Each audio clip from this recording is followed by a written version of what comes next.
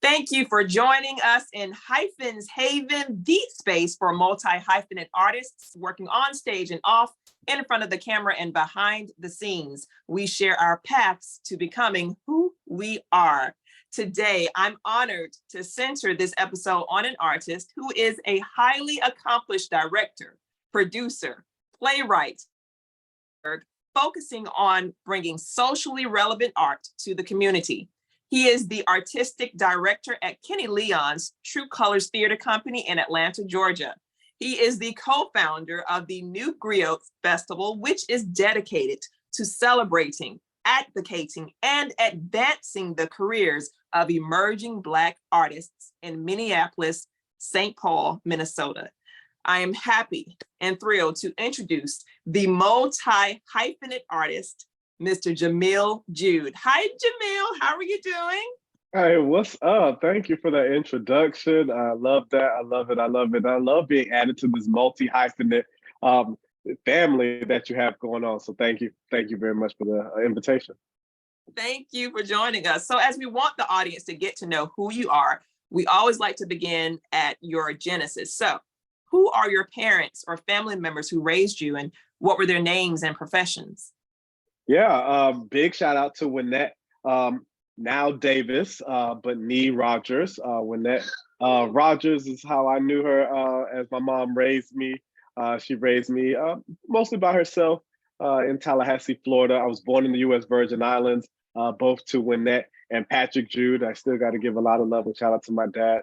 Although he was in the military, he did play a really important role in raising me, and I wouldn't be the person I am today if it wasn't for their contribution. And were there siblings you were raised with or particular close relatives in your home? Yeah, in my home, I was raised alongside my older cousin Tamika and my younger cousin Shamika.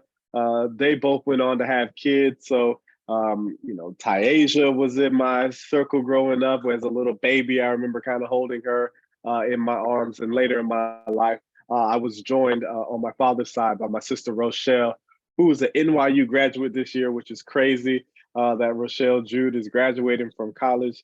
So sending her all the love. And if you need someone, a highly talented person, multi-hyphenate herself, y'all go hire my sister Rochelle. Yes, Rochelle, I love it for the shout out from your brother. So can you share with us one of your happiest childhood memories, or did it include a holiday, but happy memory? What was it? Yeah, okay. Happy childhood memory. I mean, I think it's a little bit, maybe not how I got into the theater, but one of my early theater experiences. My mother had business cards, and we just happened to be at like some, let's just say, car dealership or something where there was a drop your business card in this slot and win a chance for tickets to a play and dinner on us. And I dropped my mom's business card in there, and we ended up winning.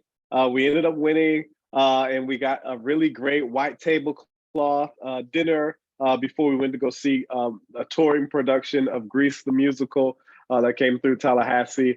And it was just one of those things where, again, my mother, a single mom, working a couple different jobs to help make ends meet.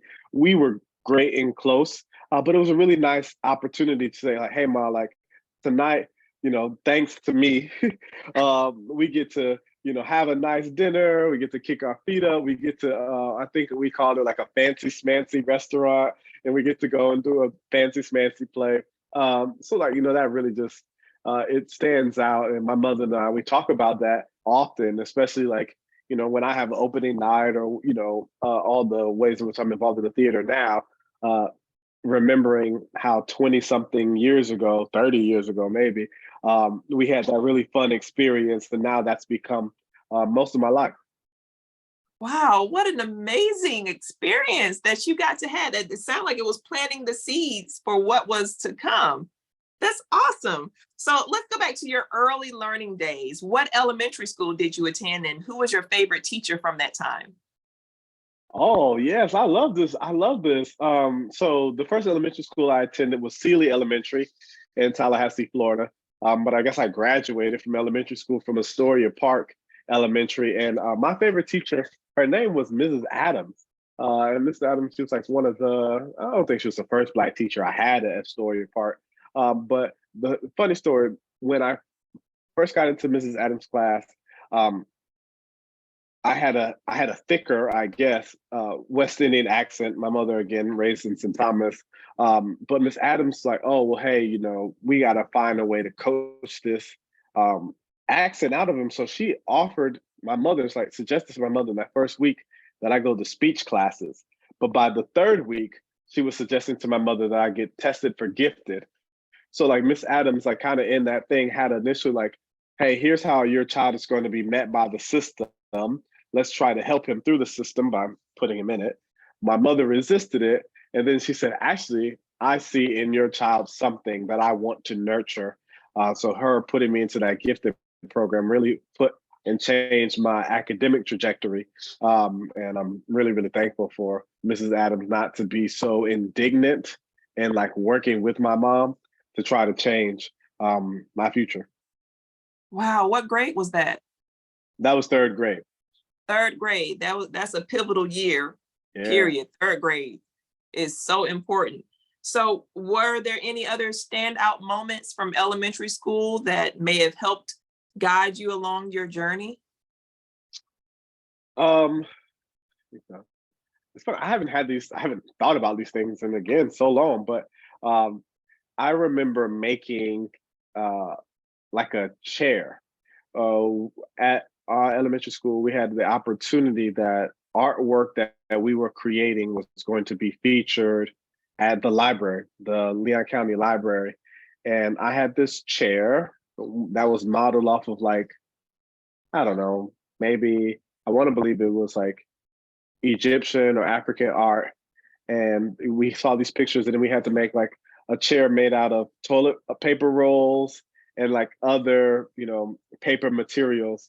And I remember creating like, I can see it in my head, like a yellow and black chair made out of construction paper and those toilet paper rolls. And it was the featured um, elementary art design at the library. So I remember going with friends and my parents to go and um, see my chair in the library. So I would say maybe that was again one of those early memories where I was like, oh, I kind of like this art thing. I kind of like um, having my artwork recognized in that kind of way. Wow. So we can add another title, instructional designer. I think that's what it's called, the structure. And yes, that's another title that you carry. That's awesome. What grade was that you designed this piece of art? Yeah, that's a good question. Let's just say it was fourth grade, but it was probably fourth, fifth grade, somewhere around there.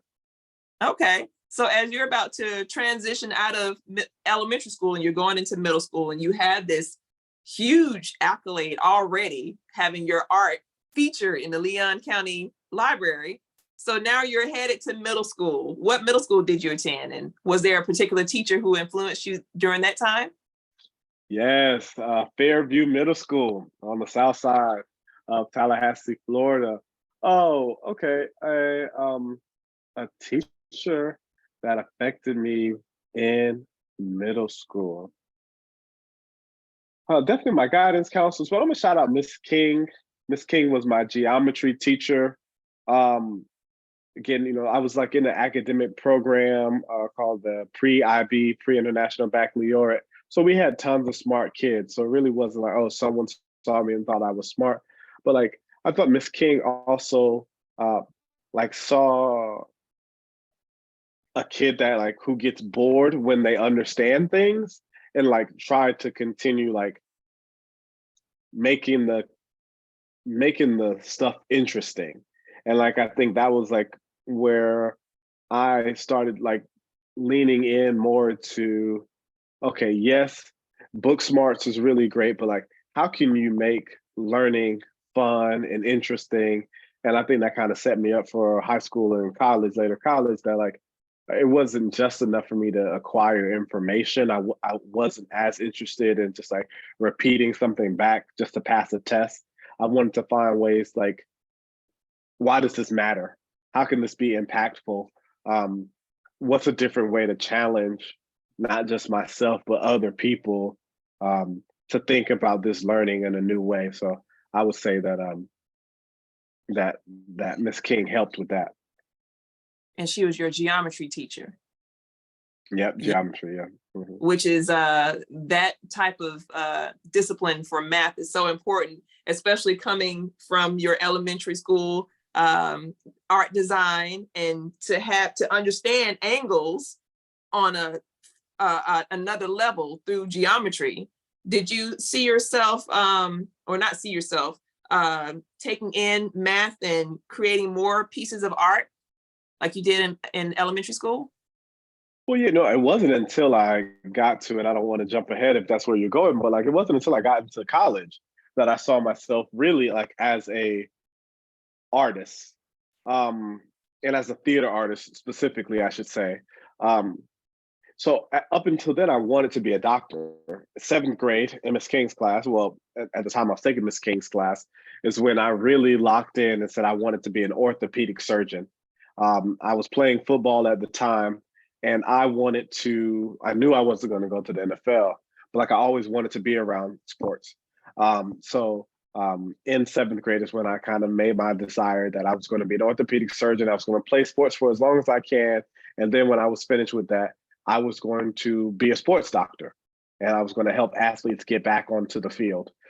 So kind of having that science, math brain was part of what was pushing me and propelling me towards that ultimate goal. Wow. So you had this desire, 7th grade, 8th grade, 9th grade, 10th grade. Is that when you started to transition out of having this goal for orthopedic surgeon and more towards theater, or when did that transition occur? Yeah, I would say the transition to theater happened my freshman year of college. Oh, it's still okay. Yeah. I played football all through, like, I started playing tackle football like in 4th, 5th grade after playing years of flag football. My mother was a big football fan. My dad was a big football fan. And I played football middle school and high school and got a college scholarship playing football. But in my freshman year, I got hurt, had more time on my hands. A former football player asked me to be in his play. And again, I apologize if I'm jumping ahead, but I'm so excited you're asking great questions. I went to this predominantly white institution in upstate New York, and here I was, this Black kid from the South, but having a different Black experience being from a West Indian family. But I was so used to, in the South, having a Black and white conversation around race. But here at this predominantly white institution, seeing so much more diversity, but also interacting with white people who did not have a construct of what Southern Blackness looked like, and a lot of white people who weren't in space every day with Black people, especially smart Black people who also play football. So I found myself like really having these like theoretical debates with people about the impact of race and racism and all these other things. So this play by Will Arnold, who's from Atlanta, shout out to Will, he found a way to talk about racial tensions in the South and do it through theater in a way that wasn't so didactic, but that encouraged conversation. And through that, I said, oh, okay, maybe this is my way through challenging people like what Miss King kind of had established on that ground rules, challenging people in an interesting way to think differently. And it's not just here's some information so you can repeat some Black facts.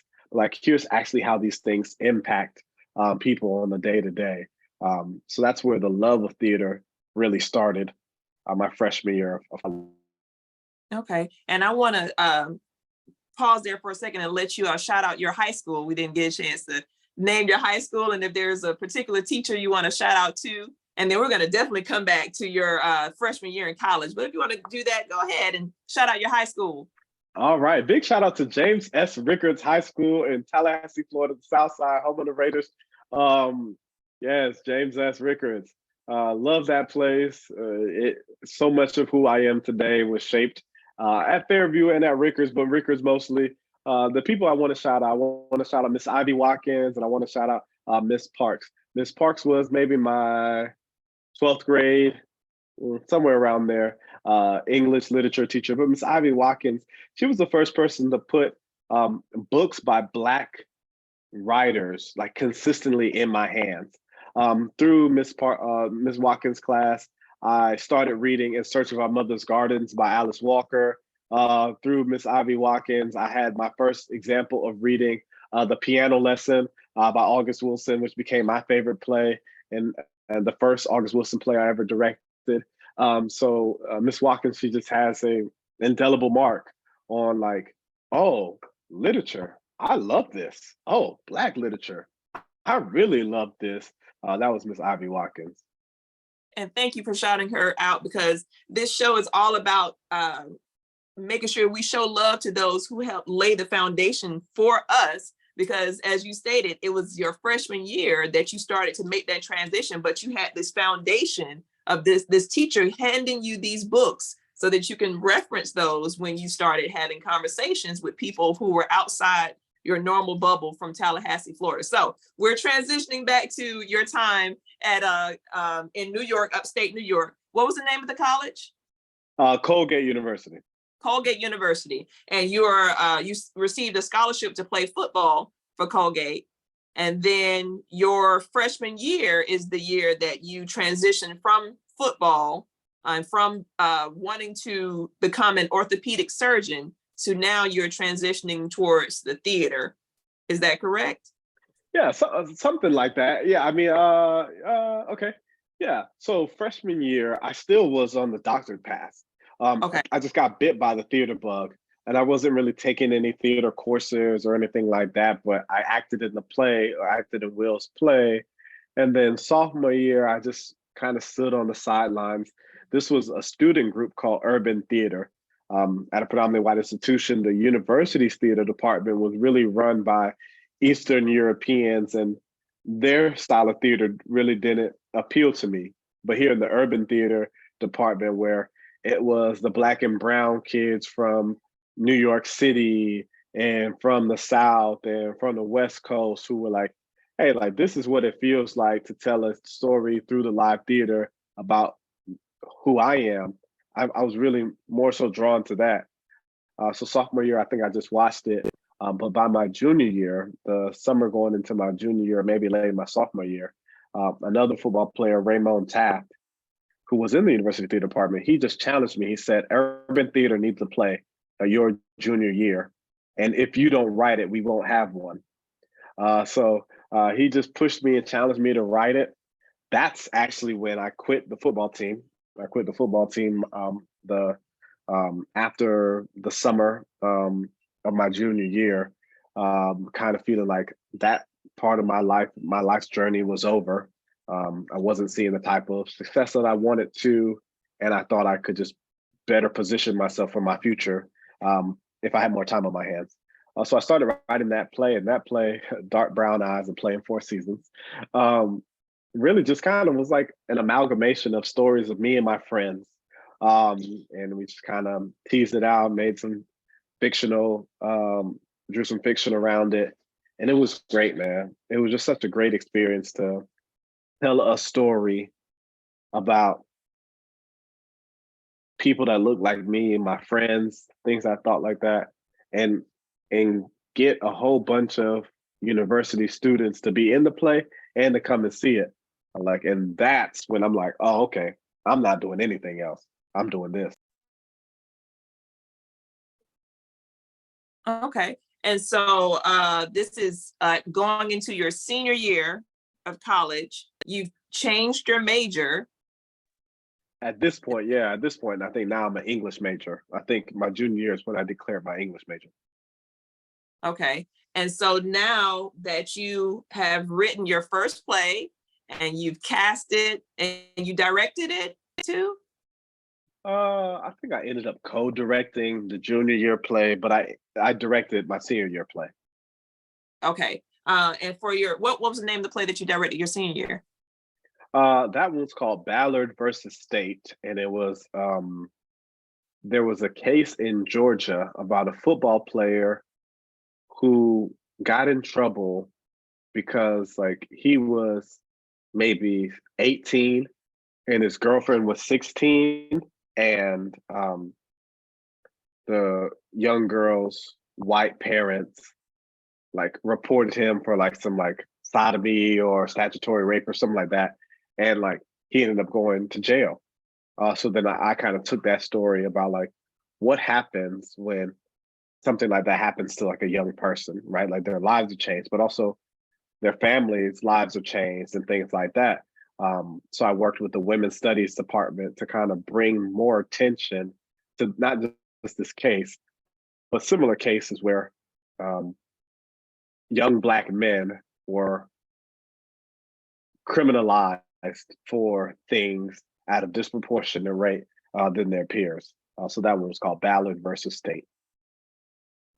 Awesome, and it's something else that this situation is still going on. I just read a report today about how the jury in Ohio declared 2 football players not guilty on a lie that a Caucasian woman told about these 2 players and had their lives upended, and that's it.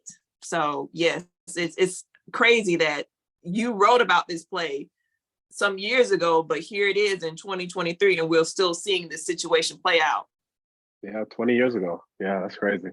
That's crazy. And so now that you are you finished directing that amazing play, great that you brought light to that subject. You're about to graduate from college, and where do you see yourself as a senior? What happens next? What's propelling you forward? Are you going to graduate school, or are you going to another path? What's pulling you forward? Some fear is like propelling me. So here I go to this, liberal arts school, supposedly like an elite institution, whatever those things really mean. And like a lot of my friends are like, hey, I'm going to go be an analyst, and I'm going to go into the financial sector. I'm going to go into political science. And I'm leaving university in the middle of a recession. And I think Obama is like about to get elected or something like that. So I'm looking at like, okay, am I making the best choice? I still could go and be a doctor. I've taken all the classes that I needed to take, but there's something that's pulling at me. So I applied for a summer fellowship at a theater in DC. And I just like, all right, cool, let me go try this thing. I want to continue to write on the side. I can do it as a hobby. Let me go find a job, maybe in higher education, and be at a school for a year. So I'm applying for early career, higher ed, career counselor jobs at colleges. And I'm applying for that summer position at a theater in DC. Ultimately, I get turned down from the position in DC for the summer, but they offered me the year-long position. And they said, if you're down, move to DC, get paid $250 a week, but have an experience in a professional theater. And it was the best, worst decision I've ever made in my life. For some reason, like I took it and I said, hey, going to DC would be great. It's Chocolate City. My roommates both were from the DC area, so I thought I could have some family down there. And then I wanted to go and do for DC what August Wilson did for the Hill District in Pennsylvania, in Pittsburgh. Mm-hmm. Yeah, so like that was the desire, and kind of pursued it. And yeah, I loved living in DC. I ended up living there for 2 years, but like so scary to take that jump, and only a foolish 19, how old was I? 20, 22? Only a foolish 22-year-old, right? Like would have done that, because I wasn't thinking about anything other than like, oh, I can go there and write. And the city of DC just sounds like a place that I want to live in. Wow. So you did that for 2 years. And then what was the next step for you? Because eventually you had to transition out of DC. What pulled you forward? So during my time in DC, I was a part of a cohort of young producers that were dedicated to producing new plays, trying to get more new work into like the American theater ecology. And there was another organization based out of DC called the National New Play Network. And they had done a lot of work in getting plays decentralized from New York and have more national, like into the regional theaters. So they had a playwright residency program where it took emerging playwrights and made them resident at theaters in Dallas and in Denver and Minneapolis and in Sacramento and all the places around the nation. And they recognized that, oh, well, we've been doing this thing for playwrights, but who's going to be the next generation of producers who are going to produce these playwrights if they don't have to get burdened with grad school debt? So they wanted to launch this pilot program that they called the Producer in Residence program. And they only wanted to pick from the young producers at Arena Stage. So there was like 6 or 7 of us. We all interviewed, and then I got plucked out of that to be the first ever producer in residence through the National New Play Network. And that took me to Minneapolis, Minnesota. Wow, that's awesome. And for those of you who are listening, if you want to pursue a career path that he's taken, I urge you to look up New Play Network because that still exists. So thank you for sharing that for our listeners who are in high school and wondering what to do next. So now you're in Minneapolis, Minnesota, and you are working as a producer. What is your next step there? So I'm in Minneapolis, Minnesota, and like I think this is really where DC confirmed my love of the theater, really showed me how to produce theater at a professional level. Arena Stage was like a $20 million institution. So I'm getting a chance to work with Broadway artists, and like I'm in a rehearsal hall with Kenny Leon and Felicia Rashad and Jason Durden and all these like amazing artists. Katori Hall, as an early career writer, I'm getting to produce workshops of new plays. Her show P Valley, I got an opportunity to produce a reading of that play when it was a play, right? Way back when. So like I'm on the ground floor, so many things. DC affirmed that this was the right thing. Minnesota taught me that I could be a leader in the field. My first job in Minnesota was at Mixed Blood Theater, where I got a lot of opportunity to create new programs and to try things out. It also introduced me to a lot of the nonprofit theaters in town. I became became board members of a couple of organizations. I started learning how to be a bigger advocate, especially for communities of color. I was seen as a young leader, and I could represent and advocate for my friends who weren't given that same type of access and entree to some of those positions. So I learned how to be a better producer, a better director. It's also where I got more into playwriting and also lost the love of playwriting at the same time. Not the love of it, but ran out of time to write plays because I was doing all these other things. And then learning and understanding dramaturgy more. So Minnesota really became like, it was a game changer. It was a game changer with what my ceiling could be in the art world, in the theater world. And thinking about listeners right now, and they could be asking, well, what is dramaturgy? Would you mind sharing what that is in your own words? Yeah, so dramaturgy could look like a couple of different things. I think the simple thing is a dramaturg is a connector between the playwright and their initial impulses and the audience, artist and audience. They just like help explain the play for actors, or they can provide notes and context for audiences. A dramaturg can also help with like understanding play structure. So a playwright could use a dramaturg to say, hey, I have this really great idea, but like I'm not sure if all the scenes line up the way I want them to, or I'm really struggling with this character. A dramaturg can kind of be like your a therapist, like kind of like, hey, let's work through some stuff, let me help you with your play structure. They also can just do like a lot of research. You want to set this play in the 1700s. Here's what was happening in the 1700s. You want to set this play in the 1940s. Well, people wouldn't shake hands like that. People wouldn't wear their mustaches like that. So they just really provide a lot of context to what the playwright is trying to do, and they help both the playwright, the actors, the director, and sometimes the audience better understand the world in which the playwright is writing. Yes, and please note, for my high schoolers, because I know you're listening, studying dramaturgy is a real option. There are colleges that offer this as a degree.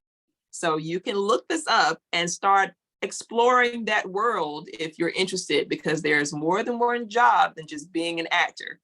That's the tip of the iceberg. There are so many supporting artists who help bring the story to life. So look up dramaturgy too. So you're in Minneapolis for a few years producing, you're directing, you're serving as a dramaturg. So what is pulling you now out of Minneapolis? Because you eventually have to come to Atlanta.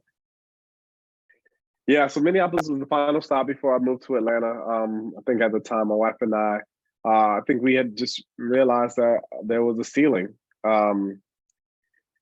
for us professionally in Minneapolis, unfortunately.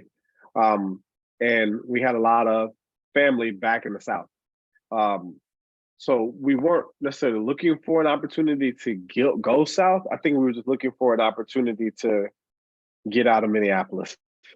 We were going to take one that came.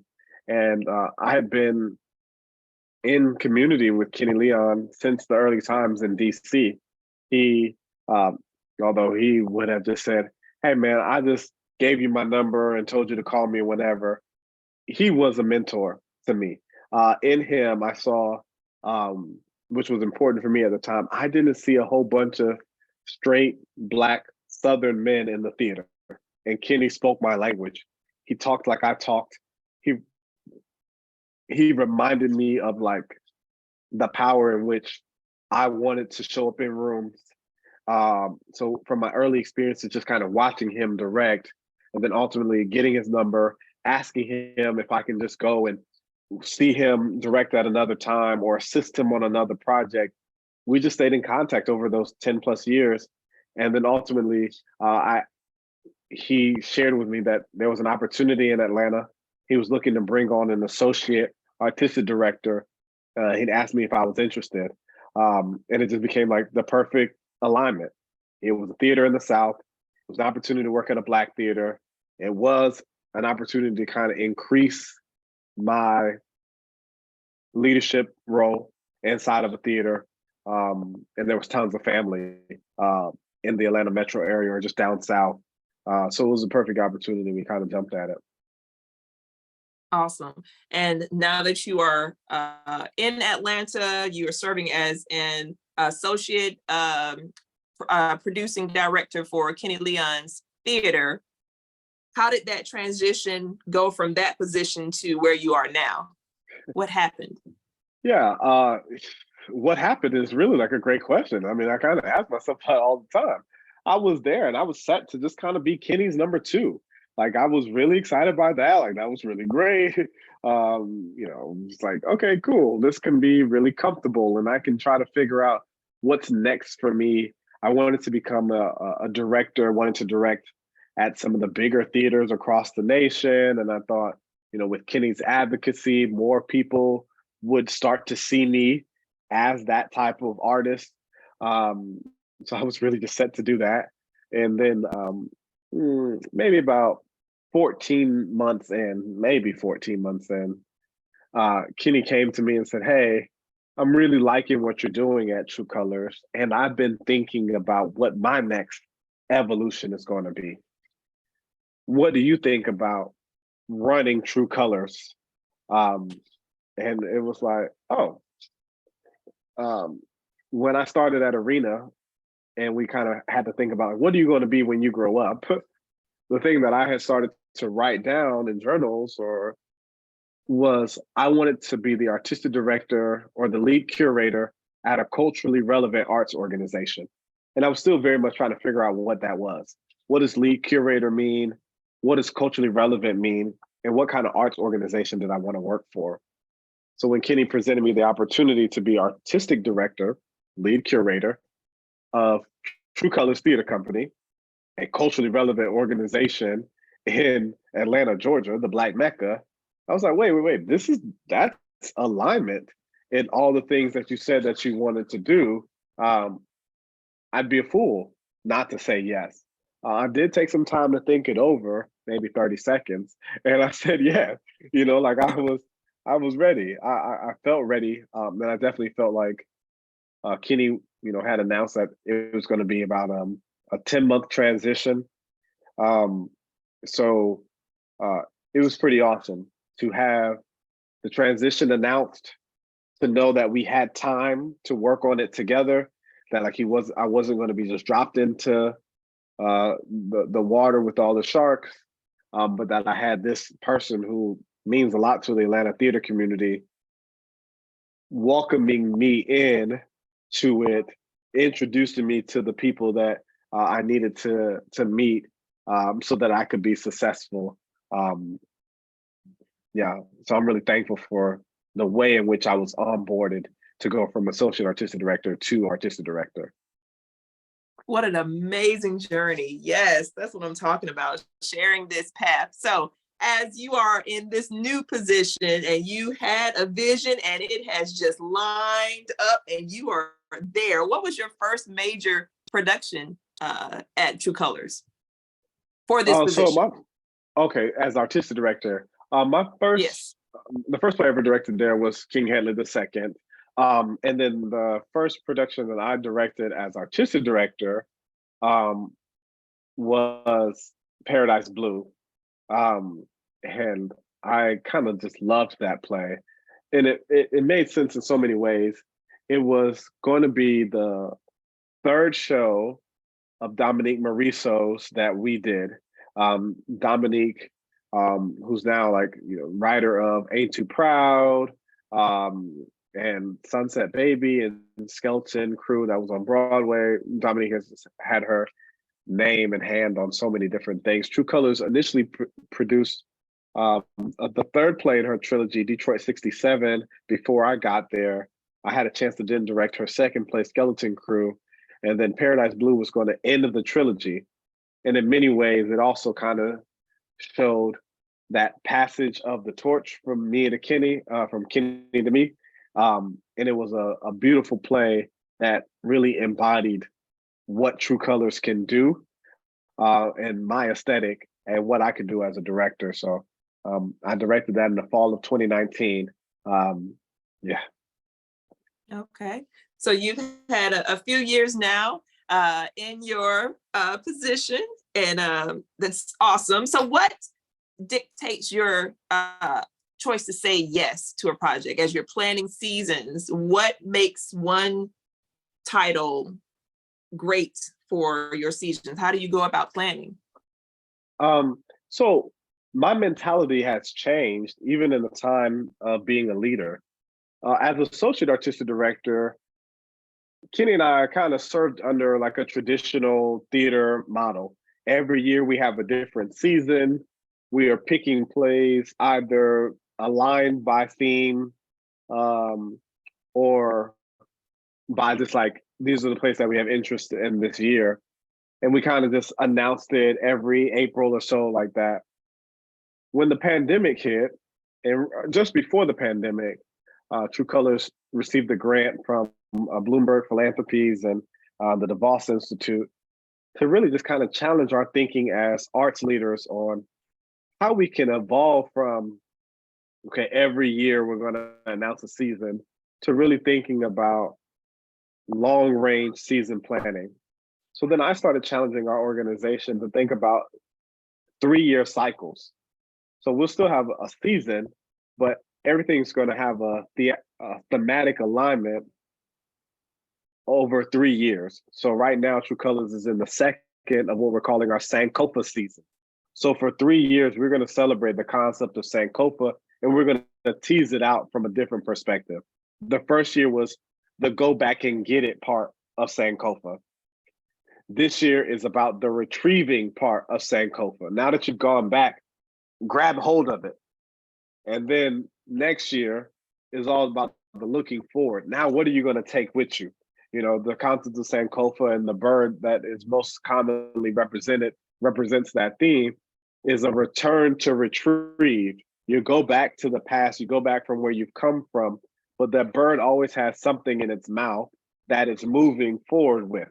And like, that's kind of what we've been talking about with True Colors, the history and beauty of our 20-year organization, the complexity and depth of the Black theater in Atlanta, and the storytelling tradition of Black theater writ large, both in America and in a larger diasporic context. So we've been kind of using the concept of Sankofa to like propel our organization past our 20th anniversary this year and into what the future of the organization is going to look like. Okay. And once you begin rehearsals, would you share with us what is your process of work? What's the day in the life of Jamil as artistic director of True Colors? What does that look like? Oof.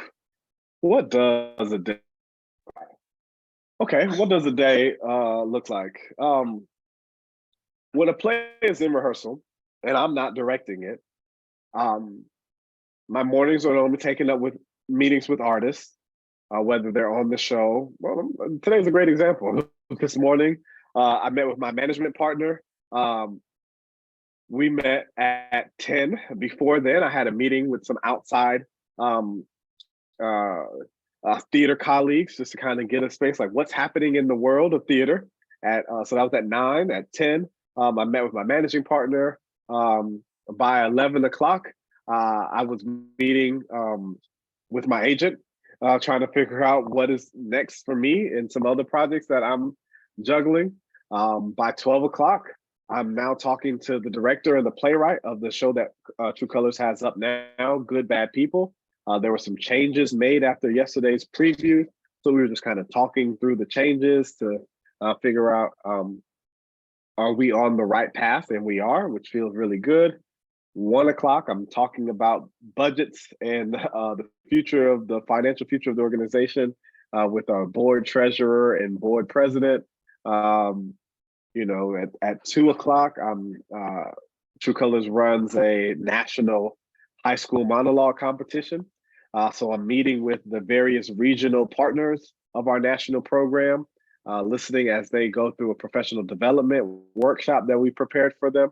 And then, you know, shortly after that, I sit down after going to pick my daughter up, sit down to chat with you to talk a little bit and go down memory lane about my journey. After we finish this, I'm going to go find something to eat.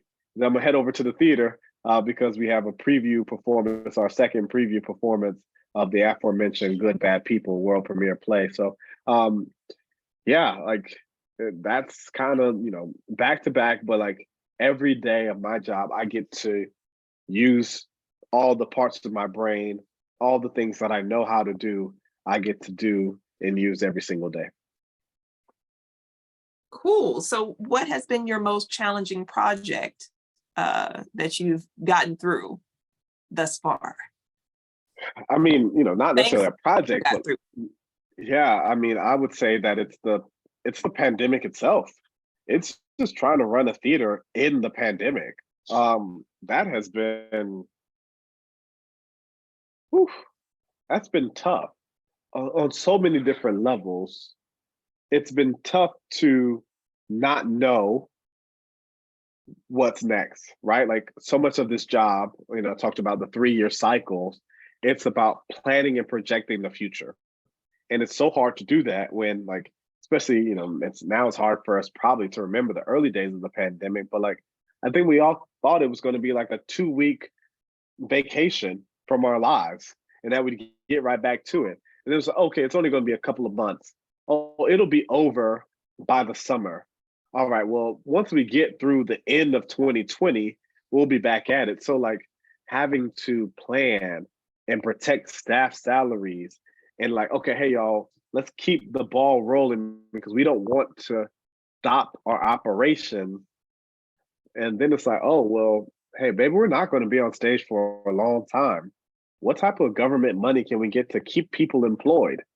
How do we continue to keep people thinking about True Colors during the pandemic? When is it okay to go on stage? Our colleagues are going back on stage. Do we need to hurry up and get back out? Wait, this thing is affecting Black communities differently than it's affecting white communities, and our audience base is Black. Can we really legitimately rush them back? What COVID protocols do we need to have? All of that, like just starting, stopping, rethinking, revisioning, trying to project. What do we have in mind before the pandemic hit? Can we stay on that path? What do we have to delay? This show, again, that we're premiering here in February 2023, that was going to be the play that I opened fall 2020 with, right? So just, working with that playwright on a world premiere play and like just asking them, begging them, like, hey, please let us be the person that world premieres this play, open this play in a Black theater context, and like just trying to navigate all those relationships. That's been the hardest part. And trying to onboard new staff and do all of the things that you have to do when you run a nonprofit theater, but doing it with, at times, it felt like two hands, a foot, and three toes on your other foot tied behind your back. It felt, that was not fun. But you're getting through, and that's the point. You're getting through, and those challenges make you stronger for whatever is coming next. And speaking of next, what is your goal? What's your professional goal as you're still on the journey? That's a great question. It's a great question. I think it's hard for me because like I feel so blessed and lucky to have landed my dream job fairly early in my career. And there's a version of my life where like I never leave True Colors. Like I love Atlanta. I love this theater. I love the specificity of our mission. I love our audience. Like, and I can do this for a long time. And then there's this other side, and I'll bring his name into it again, but like Kenny always talks about like you do something for 7 to 10 years and then you move on, right? So I moved here in 2017. So this is already I'm about to complete 6 seasons here, which is crazy. So does that mean like in 1 to 4 years, like should I be finding the next thing? They're like, what is the next thing? Like, I love theater. I like TV. Film is interesting. Like those are larger platforms, right? So when I think when people talk about Black storytelling, or if you just said to someone like, who are Black storytellers? You probably think of Ava DuVernay, Robert Townsend, John Singleton. Those are people who have done film and done TV. Prentice Penny, Issa Rae, right? Like the names that seem to conjure up the stories that have continued to establish culture are just doing them on bigger platforms than the live theater sometimes, right? Yes, we can think the Color Purple musical, and we can think some other Black shows that hit Broadway, had long runs. August Wilson, of course, his prolific career.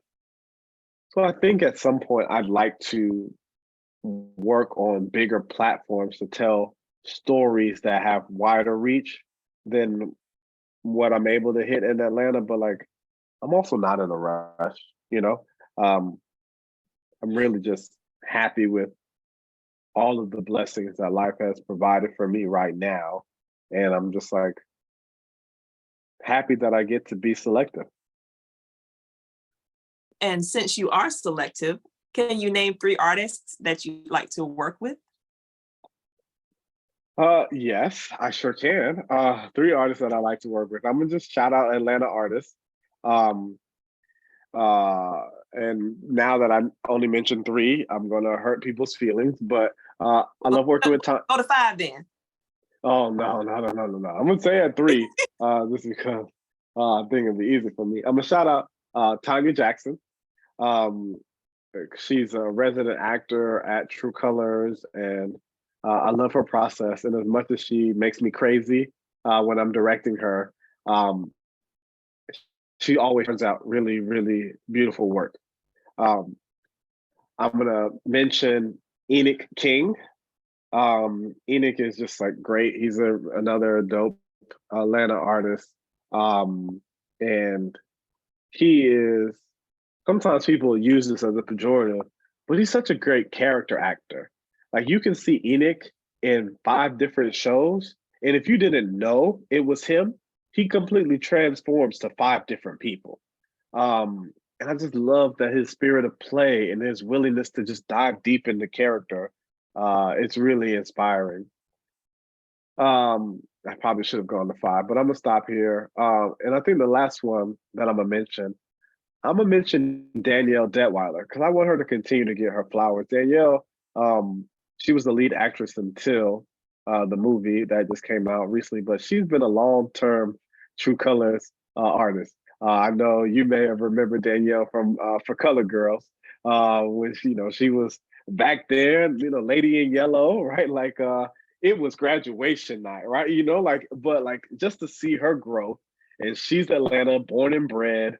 Not only is she a dynamic actress, but she's directed during the pandemic. She directed a short film for us. She's a writer. She's a visual artist. Danielle's just brilliant. So I will mention those 3, and then stop. And then tell everybody else I love y'all. Just because I didn't mention it, you happen to listen to the podcast does not mean that I think of any less of you. Those are the first 3 artists that popped into mind, and I wanted to get a little diversity of who I was speaking about. And I have to piggyback on that because those artists I'm personally connected to. Tanya, particularly, when I first came to Atlanta, she was the first person I understudied with. And not only that, the first person that I went on stage with a different character. So we were working on a 2-character play, and I was her understudy, and there was another actress, and she had her understudy. Something happened to the lead actress as well as her understudy. So I did a 12-hour session learning what the other character did, and Tanya and I went on stage, me partially on script, but Tanya was so gracious. And when she hears this, she knows how much I genuinely love her. And I never forgot. That was back in 2002, 3, 4, something like that, some time ago. But yeah, shout out to Tanya and Enoch, who I first met at Horizon Theater, long time ago too. So you have named names as well as Danielle.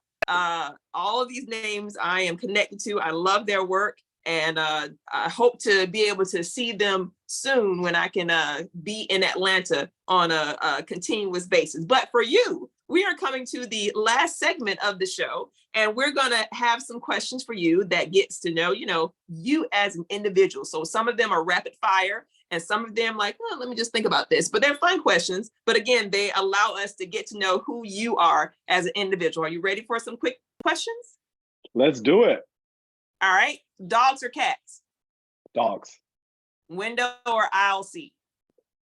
Aisle. What book would you give as a gift? In Search of Our Mother's Gardens by Alice Walker. What by Alice Walker? What movie can you not resist watching if it came on right now? Harlem Nights. All right. What is your favorite recipe to cook? This is probably where I need to be doing a lot more cooking. I would, fish tacos. All right. What makes you laugh the most? Ooh, my 4-year-old Journey. And if you could have a theme song or ringtone that came on when you entered the room, what would it be? Ooh, okay. Um, the first thing that's coming to mind, because again, Journey is playing it all the time from the Rihanna's concert during the Super Bowl. The first song that she came out to was "Be Better Have My Money." So I think that I think right now that's just kind of like my energy and my vibe. It seems to be my kid's vibe. So just hearing her say "Better Have My Money," my little kid saying that is a lot of fun. So I think it would be my 4-year-old singing "Better Have My Money" by Rihanna. And cool. And if your daughter is not here and that song is playing, let's say you're at a social gathering with that song playing, what are you ordering to drink?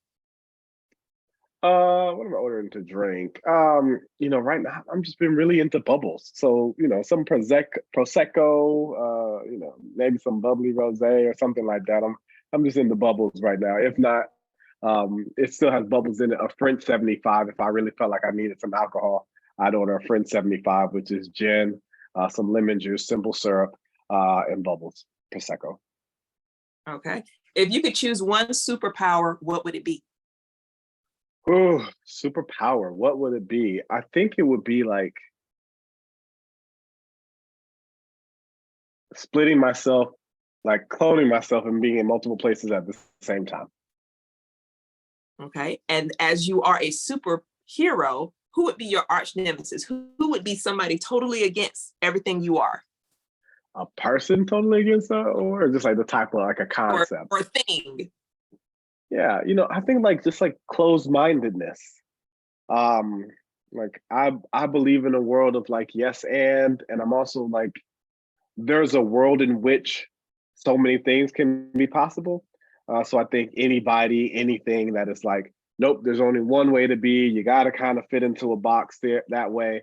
Um, that would be my arch nemesis. Who is your favorite person to follow on social media? Favorite person to follow on social media. There is an account called T-Rex Comics. I think that's the name of the account. And it is a stand-up, it's a T-Rex as a stand-up comedian telling horrible dad jokes. And I think like a joke, it's like a 4-panel joke. And I think one they just said is like, I went to my boss and asked for a raise and said that I have like 3 companies after me. My boss said, which companies? And he said, gas, water, and electric. And then it is like, then you see it like the third panel is like these other dinosaurs that are like, that's the worst joke ever. And then the final panel is a T-Rex with a little tear down his eye. And I love dad jokes. I love the cornier the better. So I think I just love like envisioning this dinosaur bombing with these jokes in front of a dinosaur crowd that just hates it. I share them all the time on my social media, and I get so many of my friends commenting on it's like, oh, okay, my daughter's reminding me not to say hate. Thank you, Journey. I dislike. I dislike. I don't remember what I said hate for, but so many of my friends kind of will send me a DM when I post them and say, "Man, that was funny," or like, "That one stunk."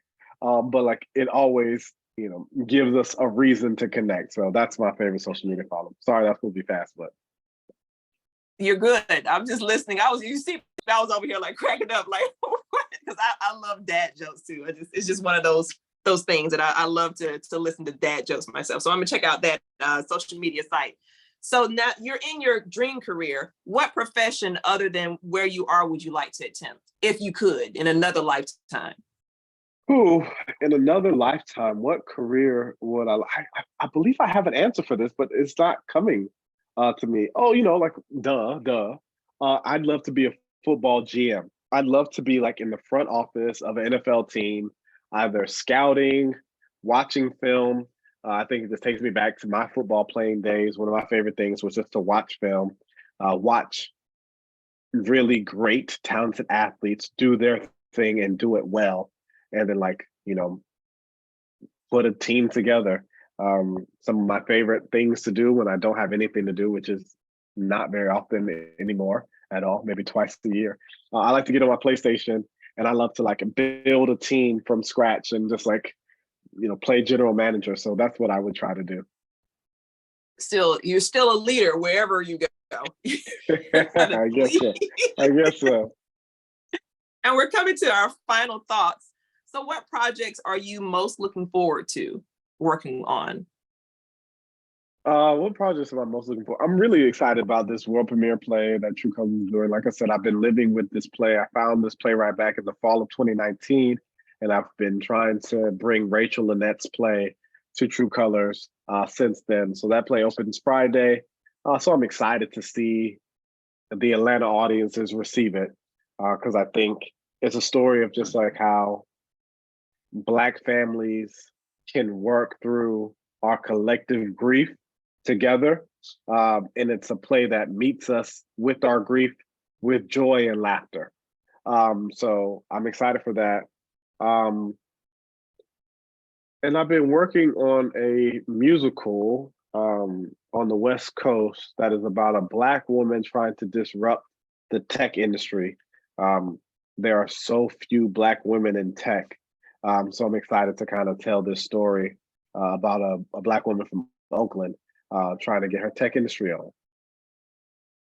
And as a Black woman who graduated from Georgia Tech, who studied computer engineering, I would love to see, I'm one of those weird words, my book is The Mathematics of Acting. So I would love to see what this story is about. So please keep me updated, and I will definitely come support as much as I could. Would you like to give some shout outs or love outs to those who have been supportive of you on your journey? Yeah, I want to give love out, shout outs to everybody in my family. Shout out to Lauren, shout out to Journey, shout out to Genesis, shout out to Lynette, Patrick, all my cousins, all my friends. I've been blessed to have friends that I've known for a minimum of 20 years. I think the longest relationship is like 27 years. Everybody at True Colors. I'm blessed to have so many people loving me in my life. So yeah, the shout out, love out to all of them. Cool. And special shout out to a Crimson and Cream connection. Yo. He is a member of Kappa Alpha Psi Fraternity Incorporated, and I am a member of Delta Sigma Theta Sorority Incorporated. So we just want to give that shout out there too. And our last question, how can people learn more about you or follow you on social media? Yeah, JamilJude.com is my website. Follow me on socials at Mr. JD Jude, whether that be Twitter, whether that be Instagram, whether that be Facebook, at Mr. JD Jude. But more than anything, follow my company at True Colors Theater on Instagram, at True Colors Theater on Facebook, and I think it's like KL True Colors on Twitter. But just type in truecolortheater.org, and you'll find all of our social media, you'll find all the great things that we're trying to do. We believe in celebrating Black storytelling, and we're just really thankful to do it in the Black Mecca in front of a Black audience, and really following in the footsteps of all the great Black theaters that have gone on before us and started, and hoping to lead the way of what Black theater can look like in the future. And if you check the description box, all links to the accounts that he just named are posted, so you can find those in the description box below. Well, folks, we have come to the end of the spotlight for today's artist. If this podcast has helped you, please share. Be sure to like, follow, and subscribe to Dream of Drea across all social media platforms. My name is Drea of Dream of Drea, a production company specializing in driving ideas from pages to stages and from your dreams to screens. Wherever you are, remember right now is the perfect time to act on your dreams. Again, thanks to Jamil Jude for joining us and sharing his path, and we will catch you all later.